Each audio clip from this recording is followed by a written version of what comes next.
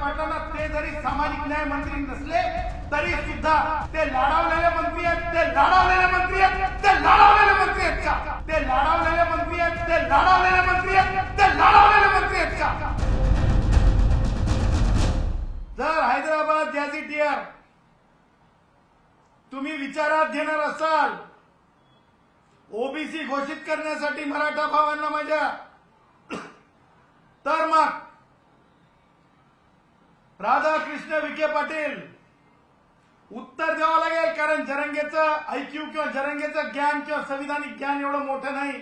म्हणून प्रश्न तुम्हाला आहे, 10वे प्रश्न तुम्हाला आहे की माझे जे भटके भाऊ आहेत, कैकाडी असतील, माझे जे भटके भाऊ आहेत, वंजारी असतील, बंजारा असतील, धनगर असतील, हे सगळे हैदराबाद गॅझेटियरच्या आधारे किंवा तुम्हाला सांगतो की ज्या प्रकारे रिऑर्गनायझेशन ऑफ स्टेट म्हणतो आपण, रिऑर्गनायझेशन ऑफ स्टेटच्या आधारे आपण ह्यांना अनुसूचित जमातीचं लेखणार आहात का?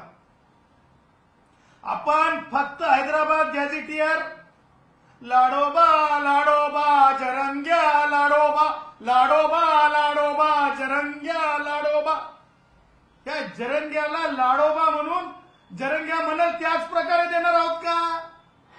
दुसऱ्या भारतीय संविधानासमोर समान नाहीत का? हा मुद्दा आम्ही उपस्थित करत आहोत.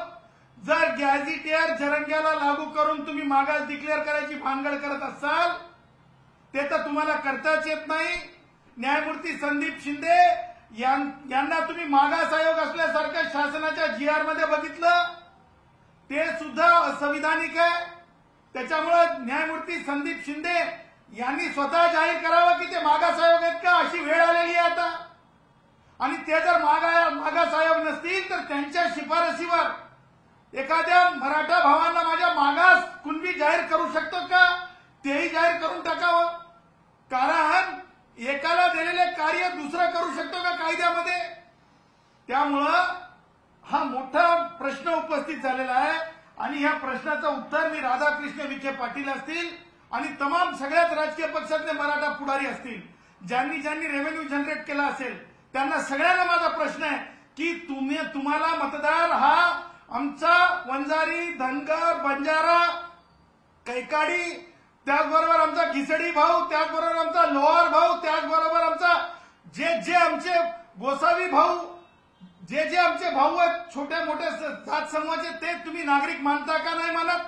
त्याचबरोबर ते भारताचे, हिंदुस्थानचे नागरिक आहेत की नाही, ह्याचं उत्तर सुद्धा तुम्हाला द्यावं लागेल.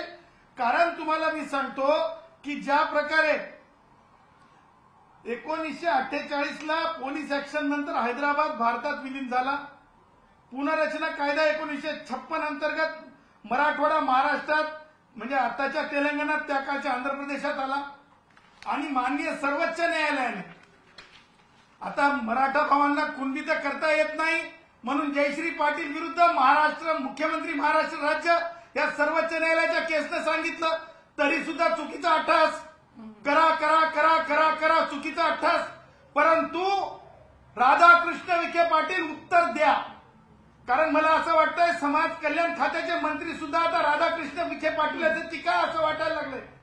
कारण जरंगेला चर्चा सामाजिक मागास मंत्री जात नाहीत करायला, अगोदर राधाकृष्ण विखे पाटील जातात की जरंगेला दुसऱ्या जातीचा मंत्री चर्चा करायला जमत नाही, हे सुद्धा प्रश्न उपस्थित होतो. इतकी कशी जात डोक्यात गेलेली आहे हा सुद्धा प्रश्न उपस्थित होतो. आणि म्हणून जयश्री पाटील विरुद्ध मुख्यमंत्री महाराष्ट्र राज्य या निवाड्यामध्ये सांगितलं की कुणबी मराठा एक नाही, तरी कुणबी आणि ओबीसी करण्याचा अट्टहास. मग आमचं म्हणणं आहे माननीय सर्वोच्च न्यायालयाने मुरलीधरन विरुद्ध स्टेट ऑफ केरला 1982 ला जजमेंट दिलेला आहे. अनुसूचित जाती जमातीच्या बाबतीत दर्जा राज्यनिहाय असतो, पण ऐतिहासिक मागासले पण सुरूच राहावे. जर तेलंगणामध्ये, त्या काळच्या आंध्रामध्ये जर आम्ही तिकडे होतो तर मग बंजारा असतील, वंजारी असतील, भटके असतील, कैकाडी भाऊ असतील, त्यांना तुम्ही अनुसूचित जमातीचा दर्जा देणार का, असा प्रश्न आम्ही उपस्थित करत आहोत. कारण तुम्ही जर मराठ्यांना गॅझेटरच्या आधारे जरंग्या म्हणता म्हणून कुणबी म्हणून संबोधणार असाल तर या हक्काचं काय करणार, कारण सर्वोच्च न्यायालय म्हणतंय. त्याचबरोबर ऍक्शन कमिटी विरुद्ध भारत सरकार जी केस 94 ला आली त्याच्यात म्हटलं की राज्य पुनर्रचना कायद्याने मागास दर्जा काढून घेण्याचा उद्देश नसतो. मग ते मागासले पण काढण्याचा अधिकारच नाही राज्य सरकारला. काय करणार आहात? मराठ्यांना एक न्याय आणि इतर भटक्यांना ओबीसींना जे कोणी म्हणजे क्रिमिनल ट्राईब्स होते इंग्रजांच्या काळातल्या इतिहासामध्ये ते अनुसूचित जमातीत येतात आणि ते आंध्र प्रदेशमध्ये मध्य प्रदेशमध्ये ट्रायबल आहेत. मग तुम्ही तो दर्जा देणार आहात का असा एक प्रश्न उपस्थित होतो. त्याचबरोबर तुम्हाला सांगतो म्हणजे स्टेट ऑफ पंजाब विरुद्ध देवेंद्र सिंग ही जजमेंट झाली. सब क्लासिफिकेशन सांगायचं तात्पर्य उद्या लोक म्हणतील की अनुसूचित जमातीचं नुकसान होणार आहे. सब क्लासिफिकेशनचा कायदा आता आला त्याच्यामुळे अनुसूचित जमातीचं नुकसान होणार नाही. मग ते आमचे गोंड भाऊ असतील मग ते भिल भाऊ असतील त्यांच्यावर नुकसान होणार नाही. मग हे सगळे माझे वंजारी माझे बंजारा माझे जे कैकाडी भाऊ हे तुम्ही अनुसूचित जमातीत टाकणार आहात का असा प्रश्न देखील मी राधाकृष्ण विखे पाटलांना, ते जरी सामाजिक न्याय मंत्री नसले तरी सुद्धा ते लाडावलेले मंत्री आहेत. ते लाडावलेले मंत्री आहेत का की जरंगेला आणि व्यवस्थेला मागासवर्गीय असलेल्या शिरसाटला बोलण्याची मुभा नाहीये. अगोदर राधाकृष्ण विखे पाटील जाऊन बोलतात आणि त्यानंतर शिरसाटांना जाण्याची वेळ येते.